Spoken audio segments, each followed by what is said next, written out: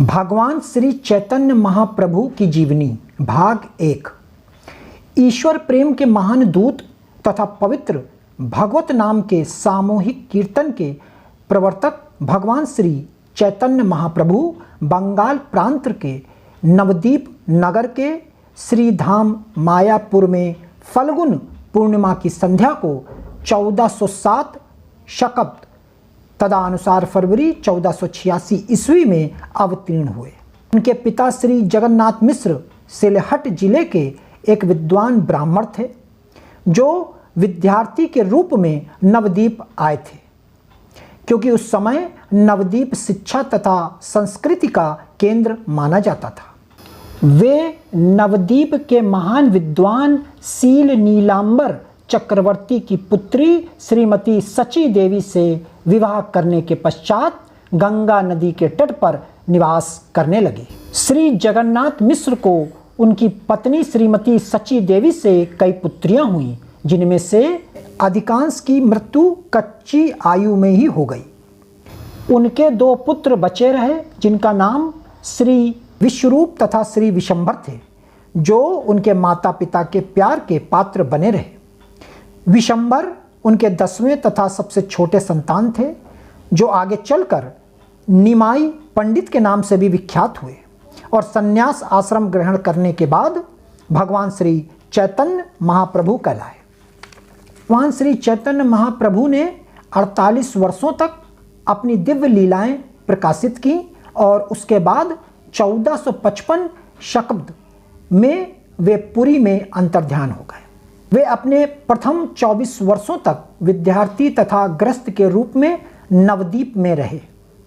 उनकी पहली पत्नी श्रीमती लक्ष्मी प्रिया थी, जिनकी मृत्यु अल्प आयु में हो गई।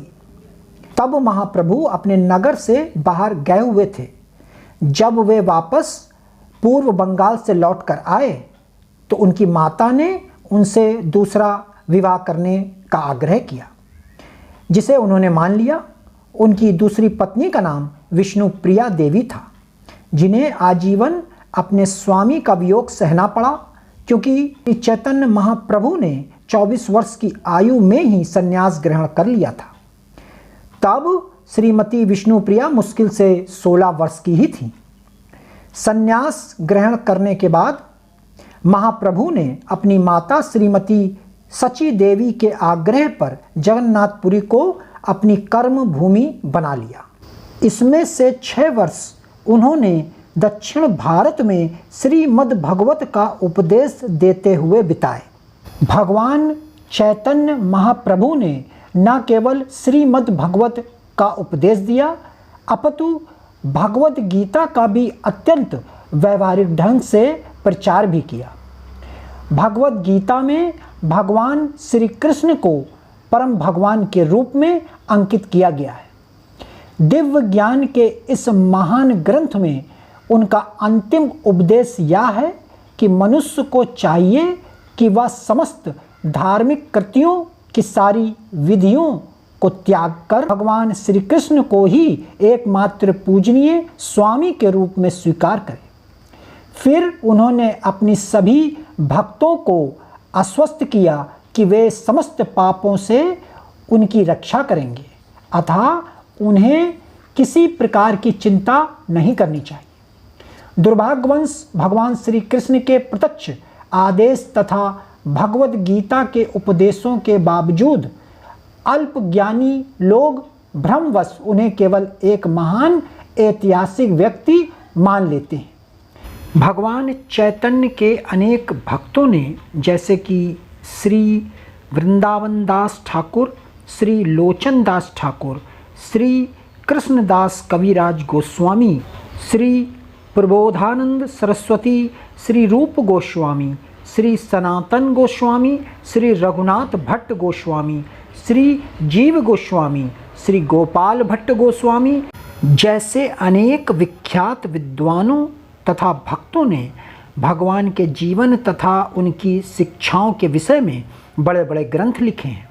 ऐसे ग्रंथ वेदों, पुराणों, उपनिषदों, रामायण, महाभारत तथा मान्य आचार्यों द्वारा स्वीकृत एवं प्रमाणिक साहित्य जैसे शास्त्रों पर आधारित है। उनकी रचना अद्वितीय है और उनका प्रस्तुतिकरण अतुलनीय है और वे सभी दिव्य ज्ञान से परिपूर्ण हैं। जहाँ तक भगवान चैतन्य के प्रारंभिक जीवन काल का संबंध है, उसका अत्यंत मनोहरी वर्णन श्री चैतन्य भगवत के रचयिता ने किया है और जहाँ तक उनकी शिक्षाओं का संबंध है, वे चैतन्य चरितामृत में भली भांति व्याख्यात है। महाप्रभु के प्रारंभिक जीवन का अंकन उनके प्रमुख भक्त तथा समयकालीन श्री मुरारी गुप्त द्वारा किया गया है, जो उस समय एक चिकित्सक शास्त्री यानी वैद्य थे। महाप्रभु का बाद का जीवन उनके निजी सचिव श्री दामोदर गोस्वामी या श्री स्वरूप दामोदर द्वारा अंकित किया गया है, जो पुरी में भगवान के निरंतर संगी बने रहे। श्रोताओं, भगवान चैतन्य महाप्रभु के आगे की जीवनी भाग 2 में सुनना ना भूलें। धन्यवाद।